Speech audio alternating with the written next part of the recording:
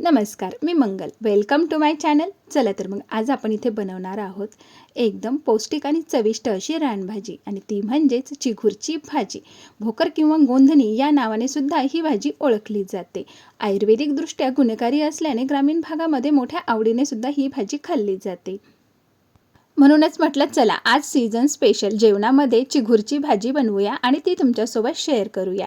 तर आजच्या जेवणामध्ये मस्त साधासा असा दाल तडका आणि सोबतच चिघूरची भाजी आणि चपाती मी इथे बनवते आहे. तर त्यासाठी मी इथे डाळ घेतलेली आहे, जी स्वच्छ धुवून घेतली, कुकरमध्ये घातली, गरजेनुसार पाणी घातलं.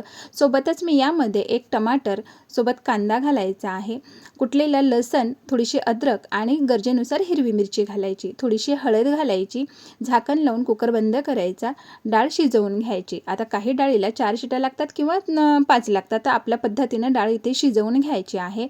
आता डाळ शिजते आहे तोपर्यंत मी इथे घेतलेला आहे चिघूर. साधारण हा 1 पाव चिघूर आहे. मस्त हिरवागार आणि कोवळा लुसलुशीत असा चिघूर आपल्याला इथं मिळालेला आहे, तुम्ही इथे बघू शकता. आता इथे काय करायचं आहे, आपल्याला फक्त जाड जाड ज्या काड्या आहेत ना तेवढ्या फक्त इथे काढून टाकायच्यात.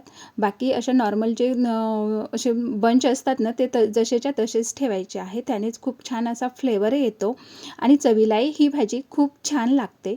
तर अशा पद्धतीने ह्याला आपल्याला निवडून घ्यायचं. त्यानंतर पाणी घालायचं, स्वच्छ धुवून घ्यायचं. धुवून एका बाजूला आपण एका भांड्यामध्ये इथे काढून घेतलेली आहे अशा पद्धतीने.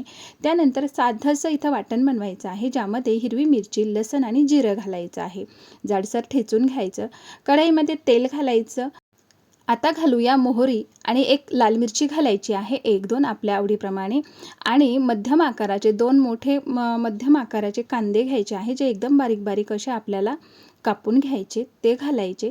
त्यानंतर थोडंसं मीठ घालायचं. आता इथे कांदा आपल्याला पूर्ण ब्राऊन होऊ द्यायचा नाही, फक्त असा शिजला गेला पाहिजे, ट्रान्सपरंट झाला पाहिजे, तेवढा झाला तर पुरेसा होतो.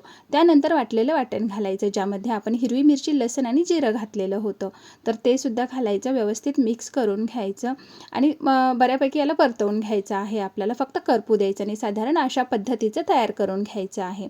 आता त्यामध्ये आपण आपल्या आवडीप्रमाणे कोरडे मसाले, ज्यामध्ये मी लाल मिरची पावडर, धने पावडर, हळद, थोडीशी आमचूर पावडर घातलेली आहे फ्लेवर वाढवण्यासाठी, थोडासा गरम मसाला, भरपूर अशी कोथिंबीर घातलेली आहे.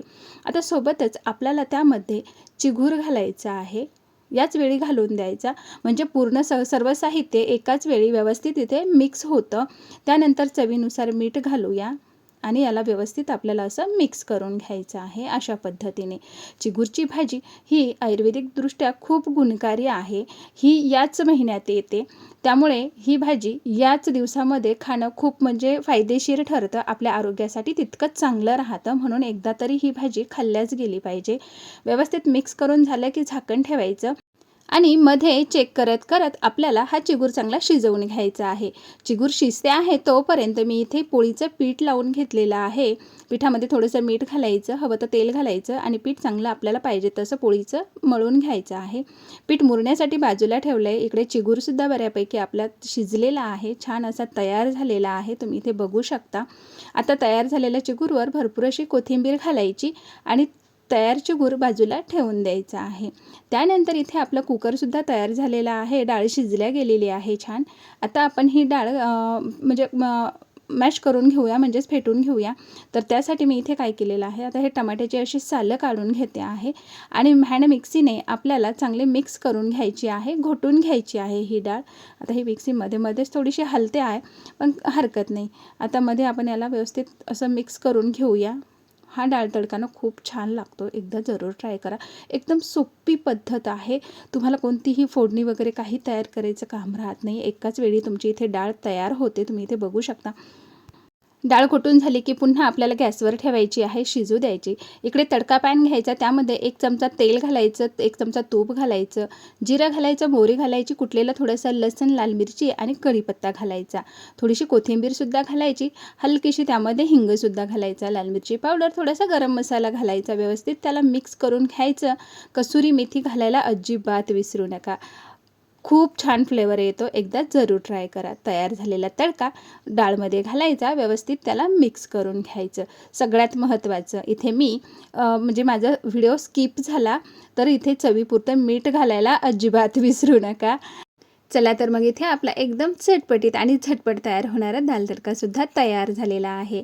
आता मस्त अशा गरमागरम चपात्या तयार करून घेऊया. त्यासाठी मळलेल्या पिठाचा एक छोटा गोळा घ्यायचा, एक छोटी पोळी लाटायची, त्यावर तेल लावायचं, हलकंसं पीठ लावायचं, त्याची घडी मारून असा गोल आकार देऊन मस्त अशा आपल्याला गोल पोळ्या किंवा चपात्या अशा तयार करून घ्यायच्या आहेत अशा पद्धतीच्या. आणि उलटपालट करून खरपूस मस्त अशा भाजून घ्यायच्या आहेत अशा पद्धतीने.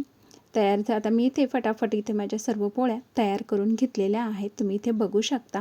आता मस्त असा दाल तडका सोबत एकदम हेल्दी टेस्टी गावरान पद्धतीची चिघूरची भाजी आपली इथे खाण्यासाठी तयार झालेली आहे.